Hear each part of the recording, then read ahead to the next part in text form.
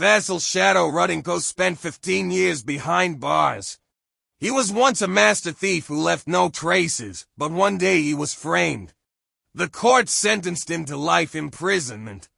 But Vasil was not going to put up with such a sentence. He longed for freedom, because there, at liberty, his son, whom he had not seen for many years, was waiting for him. From the first day in prison, he began to plan his escape. He tricked the guards, flattered the guards in order to gain more freedom of action, and sought allies among the prisoners. After some time, he found two like-minded people, Ihor Rizy and Andri Fly. They were also lifers and dreamed of breaking out of the concrete cage. Vasil came up with several ways to escape. At first, he tried to escape during a walk. He started a fight to distract the guards, and he himself rushed to the wall with barbed wire. But the attempt failed. He was caught and sent to solitary confinement. There he spent 3 weeks, sleepless nights analyzing his mistakes. He understood that the escape must be carefully planned, without improvisations. But he did not give up. Vasil and his friends began to collect forks from the dining room. Every day they stole several pieces, hid them in the cell and dug a tunnel under the floor at night.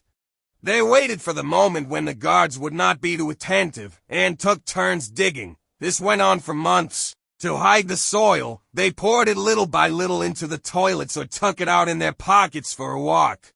In order not to arouse suspicion, Vasil invented various schemes. For example, he once forged an order for transfer to a prison with a less severe regime. However, the security bit the deception. Another time he tried to bribe a young warden, but he was honest and reported to his superiors. Vasil was again sent to solitary confinement, and supervision was intensified. But the biggest opportunity came after almost 2 years of preparation. The tunnel was ready. They chose the night when the prison was covered by a storm.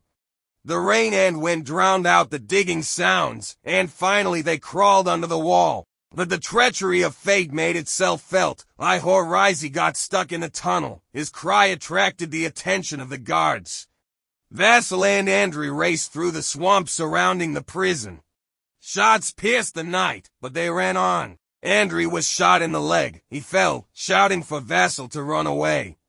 Vasil stopped for a second, but understood. Either he would run away, or he would die together with his friend. He ran further. Vasil disappeared into the darkness. After a few days, they searched for him all over the country, but no one was found. Some said that he crossed the border, others said that he was found and eliminated. But there was one rumor that was passed on in whispers. In a small village, far from cities, a man was seen holding a boy's hand and whispering to him, "I'm back, son." However, the story did not end there. The prison guards were not going to accept the loss of a prisoner just like that. Investigations, interrogations of other prisoners, and searches began. It turned out that Vasil had left clues for his son. He had coded messages in various places that led to his whereabouts. The police solved this mystery, trying to catch him in advance. And Vasil, meanwhile, was in the old house of his late parents. He knew that this place was temporary.